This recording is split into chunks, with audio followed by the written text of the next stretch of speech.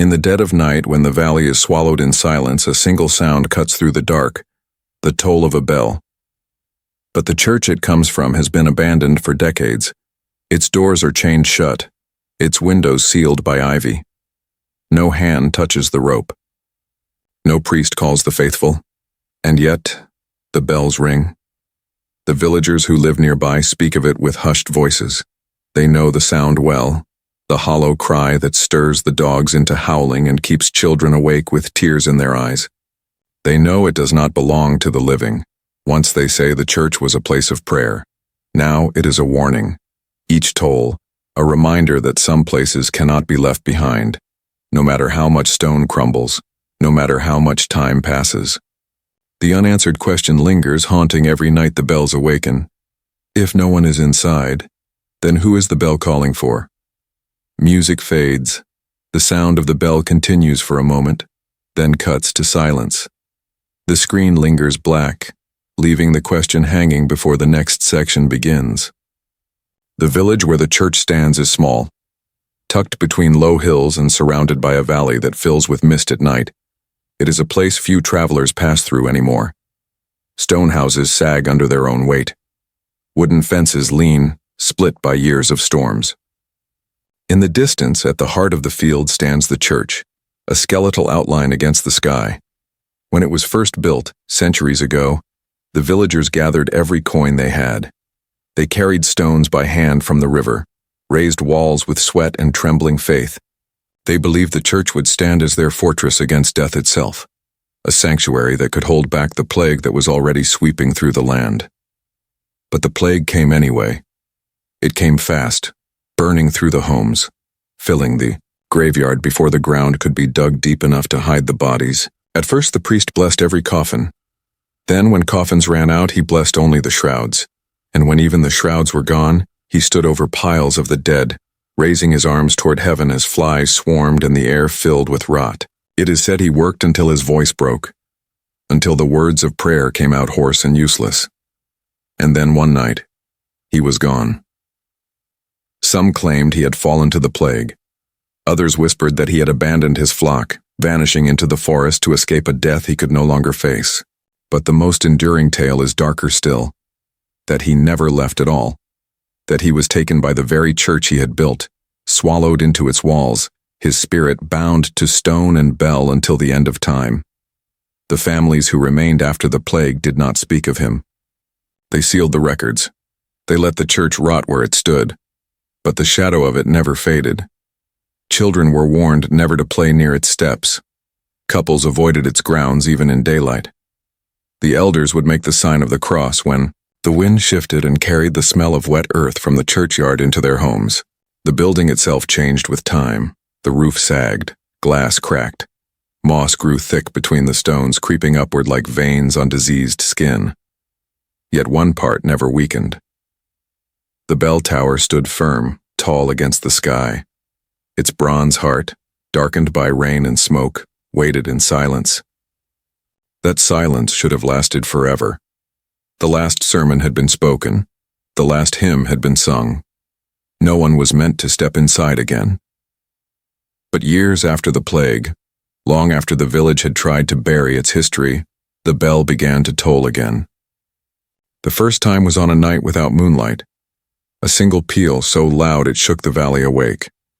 Doors opened, lanterns were lit, and villagers poured into the square, staring at the dark outline of the church. The bell rang a second time, slower, as though each strike carried the weight of centuries. Then it stopped. By morning, the entire village was whispering. Some said it was a trick of the wind. Others claimed someone had broken into the tower. But when the men checked, the chains on the doors were untouched. Dust lay thick across the pews. No footprints marked the floor, and yet the story spread like fire. Each family remembered the plague. Each remembered the priest who never returned. And they asked themselves a question they were too afraid to answer. If the bells rang when no living hand touched them, then who had called them? From that night onward, the church was no longer just a ruin. It became a wound, a reminder of faith broken and lives stolen. A place where the dead had once been stacked too high for the earth to cover. And with every toll that followed, The wound cut deeper, until silence itself became something the villagers feared, because silence meant the bell could strike again at any moment. The church had not been abandoned. It had been waiting. Music deepens, drone fades into the faint echo of a bell before silence falls again. The bells did not ring every night. That was what made them worse. Weeks would pass in silence, enough for the villagers to start hoping the sound was gone forever. Then, just as hope grew stronger, the toll would return, always after midnight, always when the valley was still. The sound was heavy, metallic, echoing across fields and rivers, carried into the homes of everyone who lived there. Some nights, it was only a single strike. Other nights it rolled like thunder, one toll after another until the dogs barked themselves hoarse and the cows in their pens shifted and moaned. And no matter how many times the villagers checked, the story was always the same.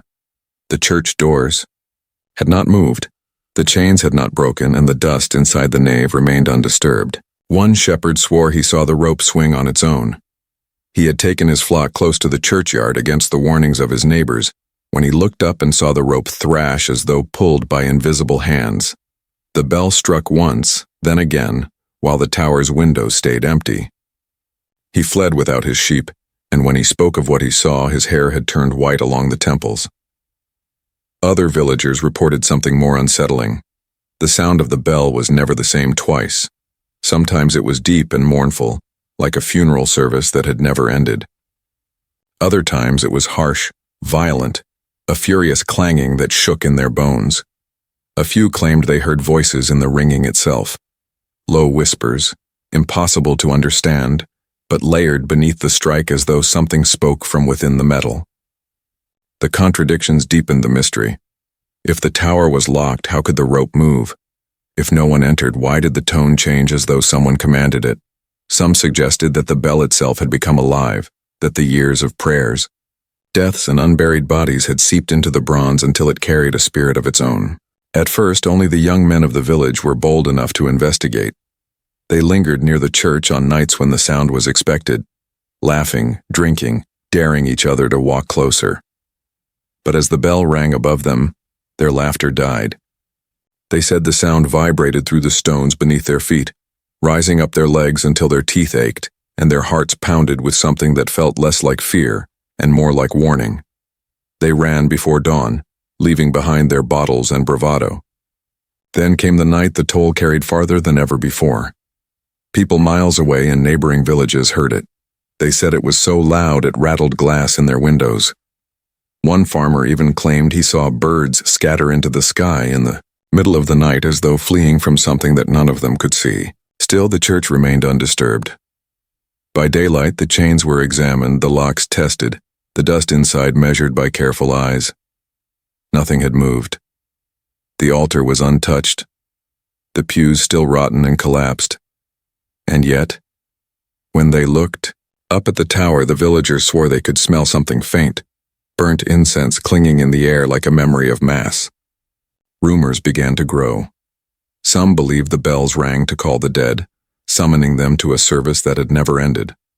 Others whispered it was not the dead being called at all, but the living, that the sound was a lure, pulling the curious closer, drawing them under the shadow of the tower where something unseen waited. The fear spread, silent but sharp. People began to mark the nights when the bell rang. They listened to the number of tolls, hoping to find a pattern, some meaning in the chaos. But there was none. Sometimes it rang twice in 1 week. Sometimes months would pass in silence. Sometimes it stopped midway through the strike, leaving the sound broken, unfinished, as though cut short by an unseen hand. By then, the villagers had stopped asking whether the bells were real. The question became something else, heavier, more dangerous. If the church was locked, if no one entered, if the bell swung by itself, then what power kept it ringing? The answer never came. Only the tolling, again and again, as the valley shuddered under a sound that should not exist. As the years passed, the mystery of the bells drew more than fear. It drew obsession. Some villagers began keeping records, desperate to understand what they were living beside. In old journals you find their words. descriptions scrawled by candlelight, written by hands that trembled as they copied down what they had heard. One account spoke of shadows moving behind the stained glass windows of the tower. They did not move like figures walking, but like something pressed against the glass from the inside, shifting without shape. Another account described voices layered in the tolls, words too faint to understand but with the rhythm of chanting, as though a mass was still being spoken in the dead of night. A carpenter who repaired part of the church roof swore he would never return. He had climbed into the rafters near the bell itself, preparing to patch the beams, when he saw long scratches carved into the wood. Not the clean cuts of a tool, but jagged, uneven marks, as though something had clawed at the inside of the tower. He left the roof half-mended, and the next morning he packed his tools and moved his family out of the valley. And then there were the parish records. Few survived the plague years, but among the rotting pages of one book there was something strange. Notes scribbled in the margins of the priest's final sermons. The handwriting grew erratic, the lines more frantic. The last page contained only one sentence repeated over and over until the ink had bled through the parchment. They are not at rest. The words offered no explanation. They only deepened the unease. Historians who later studied the church dismissed the stories as folklore. They claimed the bells could have been moved by wind or by shifts in the wood of the tower. They argued that sound carries strangely in valleys, bending and amplifying in ways the ear cannot explain. Perhaps, they said, the villagers had imagined voices in the tolling because grief had hollowed them, leaving them desperate for meaning. But even experts who doubted the tales admitted one thing. The condition of the bell rope was impossible. It should have frayed, broken, or rotted with time. Yet each time the tower was checked, the rope hung strong, fibers intact, though the rest of the church crumbled around it. The villagers whispered that it was not rope at all but sinew, preserved by something unholy. Other contradictions emerged. The bell itself rang with more than one tone. When struck by hand, it gave off a steady metallic chime. But when it rang on its own, the sound changed, sometimes hollow, sometimes sharp, sometimes so heavy it seemed to drag the very air downward. Instruments could not measure the difference. Only ears could. And every ear described it differently. Then there were the testimonies of outsiders. A traveling merchant once stayed in the valley and heard the bell during the night. He wrote that the sound made him fall to his knees without knowing why, tears streaming down his face though he had never prayed in his life. Another visitor said the opposite, that he was seized by rage, trembling with fury until the toll ended and left him weak, as though emptied. The evidence never aligned. The rope moved without touch, but the doors were locked. The bell rang, but its sound was never the same. The witnesses wept, raged, or fell silent, each certain they had experienced something real, though none could agree on what it was. What remained constant was the silence afterward. Always the silence. A silence that felt heavier than the ringing itself, as though the bell had not called out into emptiness but had received an answer that no one living could hear. And in that silence, the villagers found no comfort. Only the question that grew darker with every year. If the bell spoke, then who or what was listening? The toll of the bell did more than disturb sleep. It began to erode the people themselves. Parents warned their children never to stray near the churchyard, but warnings could not silence the sound that reached into every home. Small children cried in their beds, hands pressed to their ears, swearing they heard their own names woven into the ringing. Mothers sat awake long after midnight, rocking their sons and daughters against their chests, whispering prayers that no longer seemed to hold weight. Fathers who once laughed at the old stories began carrying lanterns at night, pacing the thresholds of their homes as if light itself could guard against something they could not see. Their faces grew lined with fear, their tempers short. In the tavern they argued not over crops or weather, but over who the bell was tolling for next. The villagers closest to the church left first. Families abandoned their houses, windows boarded, fields overgrown. They claimed their dreams had turned against them. One woman described waking each night to the sound of the bell inside her own head, as if her skull was the tower itself. A farmer swore he felt his bed shake with each strike, though no one else in his house heard a thing. Another man confessed he dreamed of funerals he had never attended, of faces he did not know being lowered into the earth as the bell mourned for them. The fear spread beyond dreams. People spoke less. Gatherings grew smaller. When the bell rang, no one asked what it meant aloud. They only lowered their eyes, counted the strikes, and wondered who among them had been chosen. Superstitions grew in the silence. Some tied charms above their doors. Others left bread and milk at the edge of the churchyard, offerings to whatever force moved the rope. A few refused to speak the name of the priest who had vanished, afraid it would summon him back. But there were signs the haunting was not limited to sound. A young boy was found one morning sitting in the grass outside the church, shivering though the air was warm. He said a man had called to him from the tower window. When the villagers searched, they found nothing, only the dark hollow where stained glass had once been. The boy did not speak again for weeks. His mother claimed he woke at night with his hands over his ears, screaming silently as though the toll still lived in his head. The longer the bells rang, the more the people frayed. Some grew paranoid. They whispered that the tolls predicted death. When an elder died after a week of steady ringing, the village took it as proof. From then on, each strike was counted with dread, each pause between tolls held like a breath before a scream. Others lost faith entirely. The church meant to protect had become a wound that bled into every life, a wound no prayer could heal. The priest's vanished presence was no longer mourned. It was hated. Families cursed his name in whispers, blaming him for leaving them to a curse they could neither bury nor flee. Over time, the village itself seemed to rot alongside the church. Doors warped, walls cracked, fields went untended. The sound of laughter became rare, smothered under the weight of expectation that the bell would ring again. The silence between tolls was no longer peace. It was dread, waiting to break. And in that dread, even the strongest hearts withered. Husbands and wives turned on each other in suspicion. Children were beaten for speaking of what they heard. Men sat in darkness, clutching bottles, staring toward the black outline of the tower. The toll of the bell did not just haunt the church. It hollowed out the people.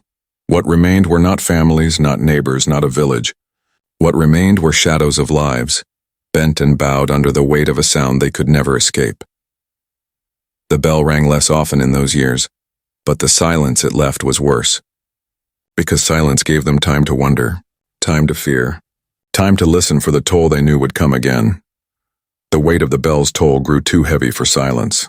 Eventually, outsiders came, priests sent by the church, scholars, even men who claimed to be investigators of the supernatural. Each came with certainty, and each left shaken. The first official inquiry began with ceremony. Clerics entered the church with candles, chanting, their voices breaking against the damp stone. The villagers gathered outside, watching from the edges of the graveyard. Hours passed. When the priests finally emerged, their faces were pale, their candles extinguished though the night was windless. They refused to speak of what they had seen. The next morning they sealed the doors again with heavier chains and left the valley before the sun had risen. The church sent no further priests. Later, scholars arrived, men who carried books instead of crosses. They measured the valley, charted the winds, examined the bell. They argued that sound carried farther because of the shape of the land. They claimed the villagers had mistaken echoes for voices, mistaking grief for truth. One even suggested that the villagers themselves had been pulling the rope at night, desperate for meaning in their misery, but their explanations fell apart when they heard the toll themselves. The rope swung while they stood beneath it. The sound struck them with such force that one scholar collapsed, his face wet with tears he could not explain. None returned after that night. Other theories began to rise from those who lived with the toll every day. Some whispered that the missing priest had cursed the church in his final hours, binding his spirit to the bell so that it would ring for every soul the plague had taken. Others swore it was not the priest at all, but the voices of the dead themselves, those who had been buried too quickly, who had not received prayers or coffins, clawing for recognition from beneath the earth. And then there were theories darker still. Some claimed the bell was never holy, that the metal used to forge it had been taken from weapons, melted down in secret, tainted with blood before it was ever hung in the tower. The toll, they said, was not a call to heaven but a summons from something far older. Others believed no spirit touched it at all. They whispered of hidden gatherings, secret rites held centuries ago, using the bell not to protect the village but to bind it. In this version, the church was never sanctuary. It was a prison. And the toll was not a cry for help. It was a warning to keep away. Whichever theory they chose, the fear remained. One night, a group of men decided to end the mystery. They carried axes and lanterns into the tower, swearing they would cut the rope and silence the bell forever. The villagers waited in the square, eyes fixed on the tower's silhouette against the stars. Midnight came. The first toll struck, then another. The lanterns inside flickered against the broken glass, then vanished. By morning, only one man stumbled back into the village. He was bloodied, his clothes torn, his face hollow. He said nothing, only pointed toward the tower. The others were never seen again. After that night, no one dared to enter again. Theories multiplied, but answers never came. Each new explanation only deepened the unease. Each attempt to silence the bell only gave it more power. The chains on the doors grew heavier, but the sound passed through stone and iron as if nothing could hold it back. The villagers came to accept a truth more terrifying than any theory. The bell would never stop. The rope would never fray. The tower would never fall, and so the question shifted. No longer, why does it ring? But instead, what will happen when it calls for the last time? The church still stands. Its roof sags, its doors rot, its windows stare hollow into the night. The graveyard has grown wild, grass and brambles twisting over forgotten names, yet the tower rises unbroken, as though untouched by the same years that swallowed the rest. The bells still toll. Some say they sound only on nights when the moon is gone, when the valley drowns in shadows. Others claim they strike before death visits the village, each toll a warning of another life about to be taken. Still others believe they call to those who are lost, drawing wanderers from the hills into a place from which they never return. No one agrees. No one can. What is certain is the silence that follows, heavy, endless, filled with a weight that presses against the heart, silence that seems less like peace and more like something listening, waiting. Travelers who pass through the valley still report hearing the sound. Some weep without knowing why. Some feel rage burning in their chest so strong they tremble until the toll fades, and others speak of a strange pull, as if the bell is not just ringing but calling. And so the mystery remains, not explained by priests, not solved by scholars, not silenced by force. The bell endures, echoing across time, dragging every ear that hears it into the same question. If no hand pulls the rope, what moves it? If no voice commands the toll, who is it speaking for? And if the bell is calling out, then who or what is answering? The toll of a single bell cuts through, metallic and hollow. The echo lingers long after it should, fading only into silence.